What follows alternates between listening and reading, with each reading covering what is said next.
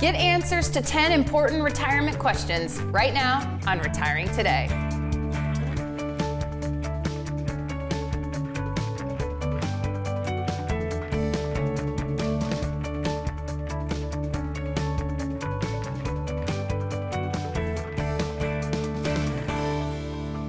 This is Retiring Today. I'm here with Haley Gutschenritter and Loren Merkle. Haley is a certified financial planner. Loren is also a certified financial planner and a retirement income certified professional and a certified financial fiduciary. So here's what we want to do today. We want to answer 10 of your most important retirement questions. So here it is, because I don't want you to miss the answer to the question that's burning in your mind. So here's the questions we are going to answer today. How much money do I need to retire? When do most people retire? You're going to be surprised at some of the answers here. Number 3, should I pay off my mortgage before I retire? Should I take my pension as an annuity or a lump sum? How should I invest my money when I retire? How will I afford medical expenses in retirement? When should I claim Social Security? How do I spend for my retirement accounts? How will retirement change my life?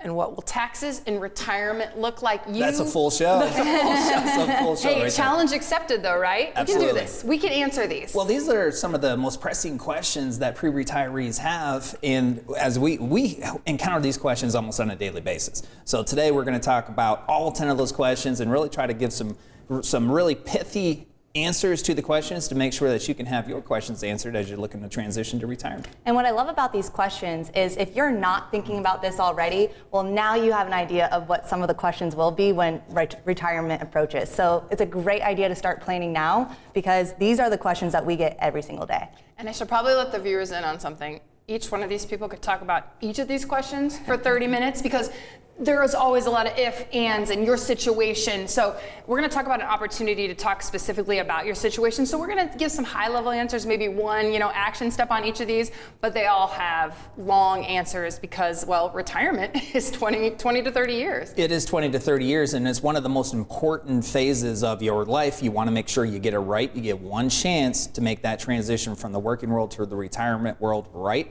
A lot of these decisions you are going to have to make are going to be permanent decisions. We got to get it right. Yeah, let's talk about, I think, the number one thing that you guys hear, the number one thing you talk about in these 15-minute retirement checkup calls.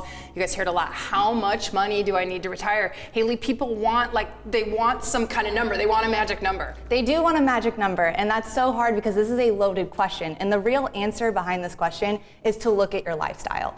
Everybody's lifestyle is going to look different in retirement. You have different dreams, you have different goals, you have different visions, and you have to look at what your lifestyle is going to cost you in retirement to identify how much do you need to save for retirement. So what is the magic number then? How do you kind of work backwards when you're working with people, Loren? Yeah, the magic in this number is it's whatever your portfolio is going to be able to deliver the lifestyle that you really want. It is truly a custom number, but it's really confusing. I just read an article last week that said you need $3 million. Don't even think about retiring unless you have, but I could tell you, we have people that retire almost every single month. They have way less than $3 million. So it's a matter of building that plan. Here's what your lifestyle is going to be. Here's the activities, things you're going to do. Here's how much it's going to cost. And yes, let's work backwards. You have $1 million saved, $500,000 saved, whatever that is for you. You have Social Security. Here's ways to maximize or optimize your Social Security. Maybe you have a pension. Here's how you're going to deliver all of that within your overall income plan as a component of your overall retirement plan. Yeah, I think people forget it's more than what you have saved. There's a lot of other ways to generate income, investments, and all that stuff in retirement. Okay. Yeah. We're ready for number 2? 2. Number 2 is an interesting one because I think people, the question is, when do most people retire? And I think people are kind of looking at their neighbors and going, hey, you doing 65 or you doing 63? You work until 70, and they want to know, when are other people retiring? Yeah, and sometimes people really want to retire. Sometimes people don't want to retire. They're not in a rush. But the fact of the matter is at some point everybody is going to retire. At least that's the hope. But there's different reasons for that. I can tell you the median age for retirement is age 62 as we look across this country. But the average age that most people expect to retire is 65 plus. In fact, 64% of people anticipate retiring age 65 plus. However, there are many reasons why people may not be able to retire at age 65 plus. Some of those reasons you can control. Some of those reasons you can't control. So this is a study that was conducted, and here are some examples of reasons why people have to retire prior to age 65 that you just can't control. And no surprise, the number one reason is health or disability. And we have seen that quite a bit. But also company downsizing. This has been an increasing reason why people have to retire prior to 65, especially since COVID. A lot of companies have been downsizing, consolidating their workforce. A lot of people are working at home, and companies feel like they don't need as many, so people have been forced out of their company. Care for spouse, family member, outdated skills, or other work-related reasons. All of those are reasons why you can't control your retirement time. Here's some reasons that people can control. Able to afford early retirement, we do see this as we create retirement plans for families who are looking to retire. Let's say that Mr. and Mrs. Jones, they want to retire at age 65. We create them a plan that actually says they can afford to retire at 63. And now they start thinking what retirement at age 63 would look like. And they're saying, you know what? At this point, time is more valuable than working an extra couple years to them, so they retire at 63. That does happen all the time. Want to do something else. You just get tired in the profession that you've been working in for the last 20, 30, 40 years, and something else excites you. You find new passion in something else, and you want to move on to another vocation. Employer offered incentive to retire early, or COVID risk. So there's a whole lot of reasons why people do retire prior to 65.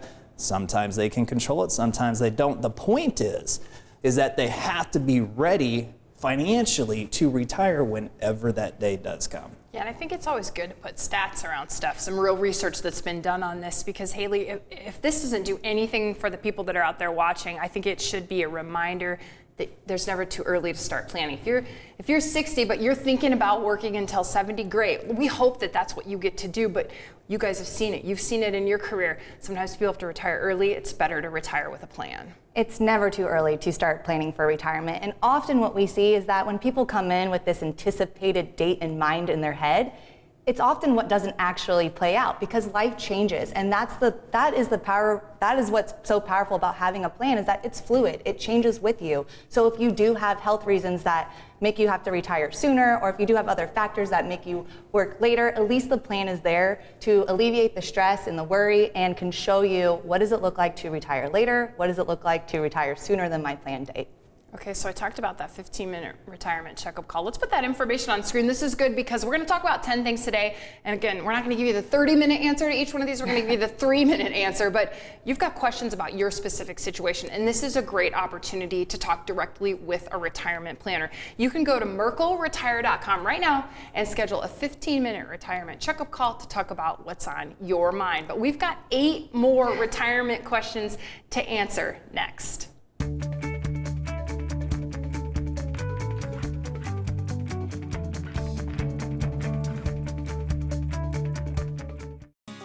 Retirement is all about staying active and spending time with loved ones.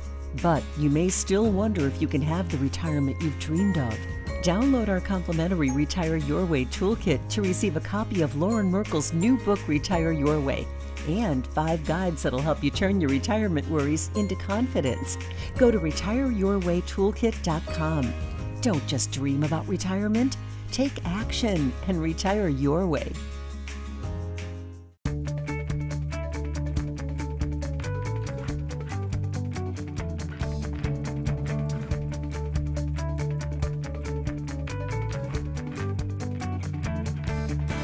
This is Retiring Today. I'm here with Haley Gutschenritter and Loren Merkle, and we are answering 10 of your most important retirement questions. It's time for number 3. Should I pay off my mortgage before I retire? Well, you're going to love the answer to this, and the answer is really, it depends. There are pros to paying off your mortgage. One of them is that you would have more control over your income in retirement. The reason why is because you would have less fixed expenses, which means that you have more control over that discretionary income if you need to spend that income or not. But I will say that most retirees have saved and saved and saved in these pre-tax vehicles, and they've never paid taxes on this money before. So if you are going to be withdrawing a large lump sum from your IRA accounts, well, that's a taxable distribution. So you want to make sure that if paying off your mortgage is something that you want to accomplish, that it incorporates in your plan and it's done in the most tax efficient manner. What we're seeing is more and more people are going into retirement with a mortgage. But what we do a lot of times is we'll create an accelerated mortgage repayment plan because they don't want to carry that mortgage for the next 10, 20, 25 years into the retirement. So we'll take a look at the resources they have and how are those resources going to be taxable, and maybe we'll accelerate that to a 5-pay, right? They'll have it paid off within 5 or 3 years to give them more discretion on their monthly income, which gives them more control over where this monthly income is actually going. Yeah, I think there's some good tips to take out of the answers you guys gave, but I think what we're going to see, we've got 7 more of these, is that it just kind of depends on your overall situation. Don't make that decision, hey, we've got to pay off the mortgage, but then have maybe some other debt that's at a higher interest rate that you aren't, paying off. I mean, that wouldn't be a good decision. Yeah, and the biggest debt that most pre-retirees and retirees have is the debt to the IRS. And we don't want to be so focused on saying, I can't go into retirement with a mortgage, I can't go into retirement with a mortgage, and then have a 30% expense off of the distribution you take from your IRA just to pay off the mortgage. There's a lot better ways that we can pay off the mortgage through an accelerated repayment program. Question number 4, should I take my pension as an annuity or a lump sum? This is something that we have to evaluate for everybody. The annuity, most pensions today will offer a lump sum, and that is a very attractive option for many people. With that pension, you want to compare what is the monthly annuity payment that they would pay you versus what that lump sum amount is, and then look at the break-even age for that annuity versus the lump sum. A lot of the good pensions, like the state of Iowa pension, that break even for most people is going to be somewhere around 9 to 10 years. That is really nice, which is why with IPERS, very few people are going to take the lump sum. They're going to take the monthly payment. For other corporate pensions, that break even might be out to the 14 to 15 years. Well, then for a lot of people, it's more attractive to take the lump sum, have more control over that money. So you just want to evaluate what the annuity payment versus the lump sum, and then also the other resources you have for retirement. That will give you a complete answer. And one thing that often people don't think about is the financial strength of the pension company. So that should go into the equation as well. If the pension company wasn't financially strong and you were concerned that they wouldn't be able to pay out your pension if you elected that, well then that may defer you to a lump sum option. But again, that's going back to the fundamentals of the company and seeing how great their financial strength is. Yeah, that's a good point. Every once in a while we hear about a company going under and then the pension plan being, impacted by that. Yeah. Question number 5, how should I invest my money when I retire? And I want a 1-sentence answer from you. That's it, 1 sentence. 1 sentence? You're asking for a lot, Molly, but I'm going to give it my best shot. Okay. How about this one? You're going to need to invest it differently. That is a great start. Which is different than what a lot of people think. A lot of people think, well, you've been investing for the last 40 years. It has worked to get you to the point you're at. So why not continue to invest it the same way? Well, we do know through experience that continuing on with the same accumulation investment style through your decumulation years doesn't always work, because we go through these things called recessions on average every 5 to 6 years. 2022 is a great example of when the NASDAQ was down 34%, the S&P 500 was down 20%, the average 60% equity, 40% bond portfolio was down in excess of 20%. That's not the experience that most pre-retirees or retirees want from an investment portfolio. When you're 40 years old, you're down 30%, kind of like an 08, 30% plus. It's not fun, but it's okay because you have more time. When you need to take an income from your life savings and it's down 30+%, that can destroy retirement. So you have to invest differently in retirement than what you're used to pre-retirement. So on top of that, a good place to start when you're thinking about how I should invest my money in retirement is understanding the amount of risk that you are taking in your portfolio. Because if you can understand the amount of risk that you're taking, that's going to give you less surprises when we do incur these market corrections or these recessions and prevent you from making any knee-jerk decisions with your investments. Yeah, we call that managing expectations. If you know prior to going into these downturns in the market that you're taking risks that your portfolio would be down 15%, maybe as opposed to 30%, and you're comfortable with that, well, when your portfolio goes down 15%, that's just a part of the investment package that you put together, and you're not surprised by it. Eliminating or at least minimizing those surprises can go a long way when investing in retirement. Yeah, you guys talk a lot about helping families build recession-resistant portfolios, and I think, of course, if you don't do what Loren and Haley do, that's kind of a big concept, right? But a really neat way to see exactly what that looks like is our online Journey to Retirement workshop. Yeah, we give a really good example in our online Journey to Retirement workshop of how Mr. and Mrs. Jones do create a recession-resistant portfolio, and we go one step further and compare that to what their portfolio was pre-retirement, and why and how they made those changes so they can manage the downsides of their portfolio in one of the most important times of their life where they're actually dependent, their lifestyle is dependent upon that portfolio surviving the rest of their life. So if you want to see this play out, you can sign up for our online Journey to Retirement workshop. The information is on your screen right now. We've got another question to answer though. 6, oh, this is a big one. How will I afford medical expenses in retirement? You guys have seen the numbers, so I pulled some of the latest stuff. Fidelity does a study every year, and they say that an average couple age 65 in 2022 made an approximately $315,000 saved after tax to cover healthcare expenses. By the way, that does not include long-term care. There's a lot of people smiling about the show probably before the number of 315,000, and then you're sitting there on the couch saying, I only have 600,000, only 600. 600,000 is a lot of money. Right. But then you look at 315,000 in retirement for health care alone. It's gone. You feel like it'd be gone. Your money would be gone. Not including long-term care. Like, how is this going to work? And I could tell you there's a lot of people that do retire with $500,000, $600,000, $400,000, and can still afford health care throughout the course of the retirement.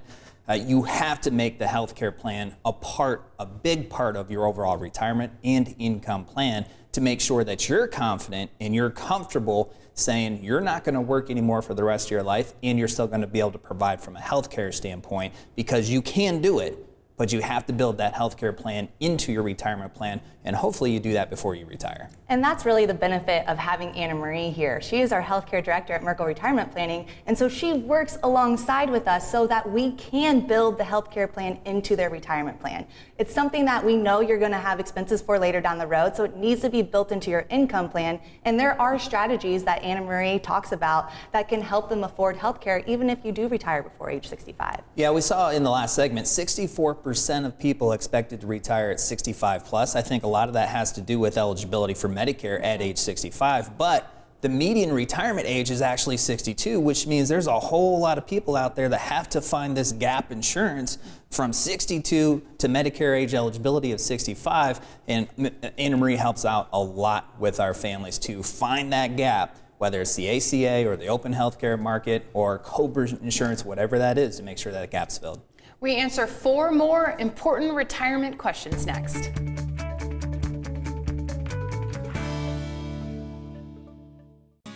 Retirement is all about staying active and spending time with loved ones. But you may still wonder if you can have the retirement you've dreamed of. Download our complimentary Retire Your Way toolkit to receive a copy of Loren Merkle's new book, Retire Your Way, and 5 guides that'll help you turn your retirement worries into confidence. Go to retireyourwaytoolkit.com. Don't just dream about retirement. Take action and retire your way.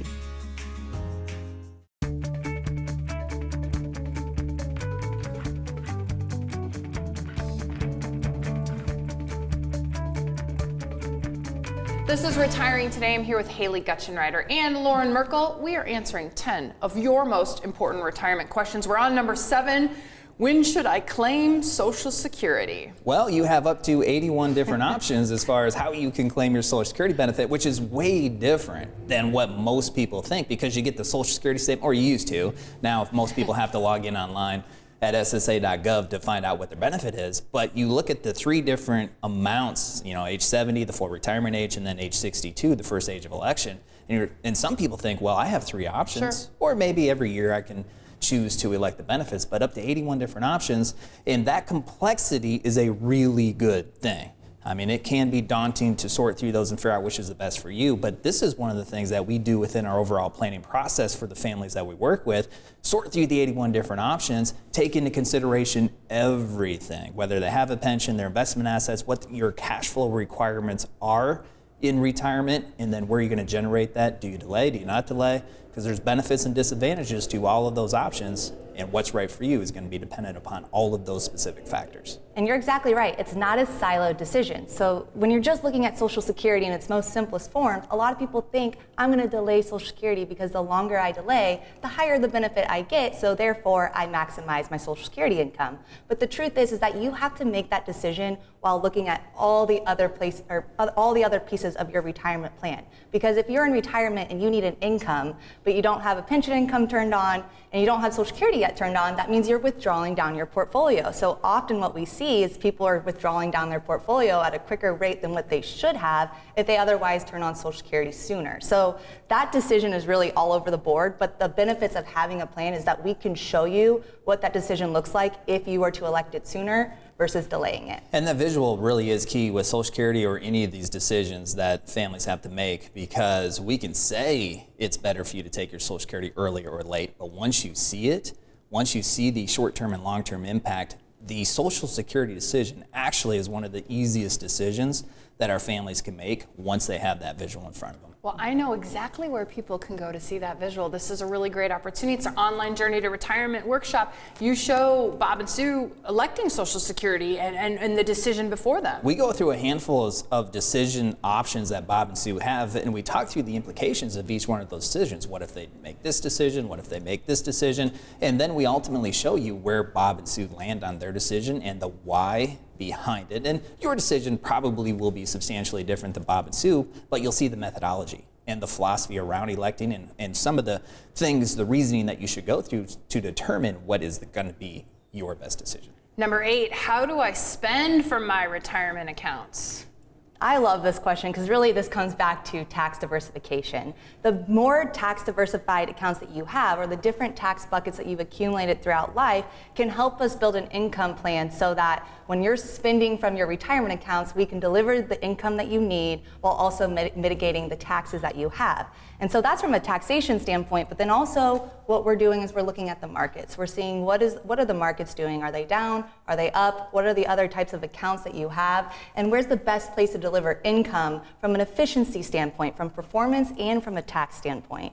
How will retirement change my life? Number 9, this is a good one. And it's fun this is probably one of the most rewarding aspects of what we do on a day-to-day basis, is we get to live that transition with most of our families, and we get to see what their life is like prior to retiring, and then we get to see what their life is like. Just the other day I met with somebody, and he was telling me about the change in his life. He just retired in March, and now he's feeling really comfortable. He said it took him probably a couple weeks to feel like he was retired. He felt like he was on vacation for a little bit, but now he has sunk fully into it, and he was just expressing his joy and all of the day-to-day activities that he's going through right now. It's just a lot of fun. That's really fun. And retirement really is a life-changing event. So much changes when you retire. I mean, if you're thinking about it, you're working for 30 years, you've built up these friendships, this community, you built up this sense of identity and purpose in your career, and now when you flip that switch,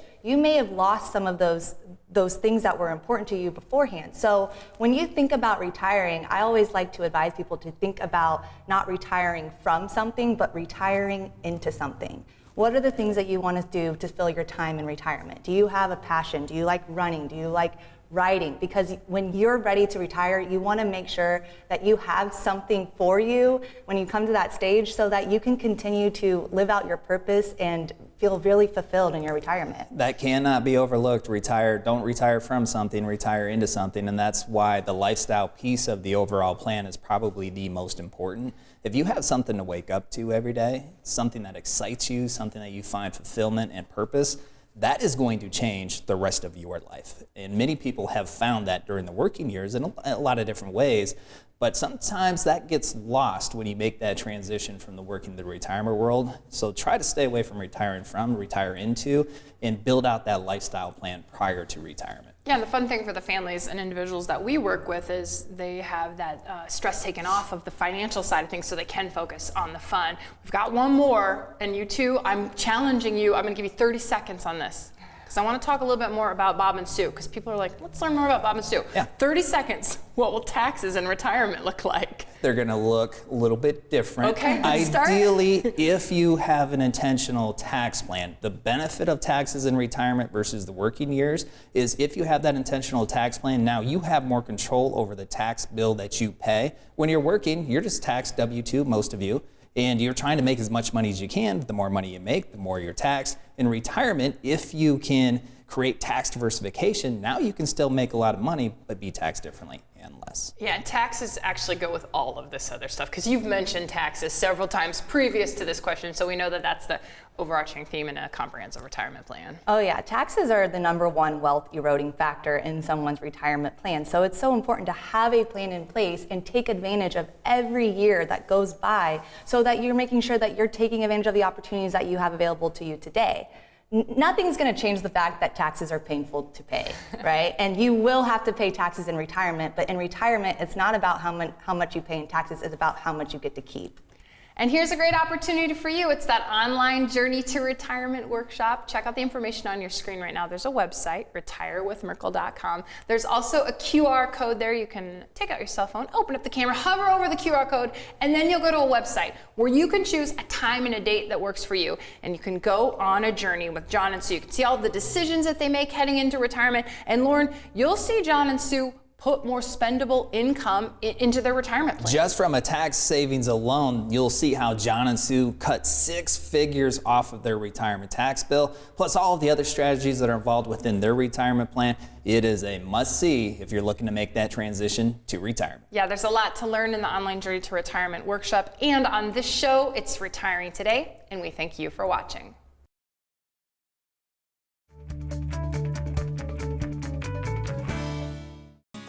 Retirement is all about staying active and spending time with loved ones. But you may still wonder if you can have the retirement you've dreamed of.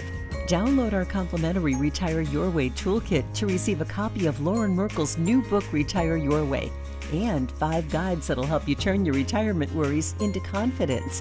Go to retireyourwaytoolkit.com. Don't just dream about retirement. Take action and retire your way.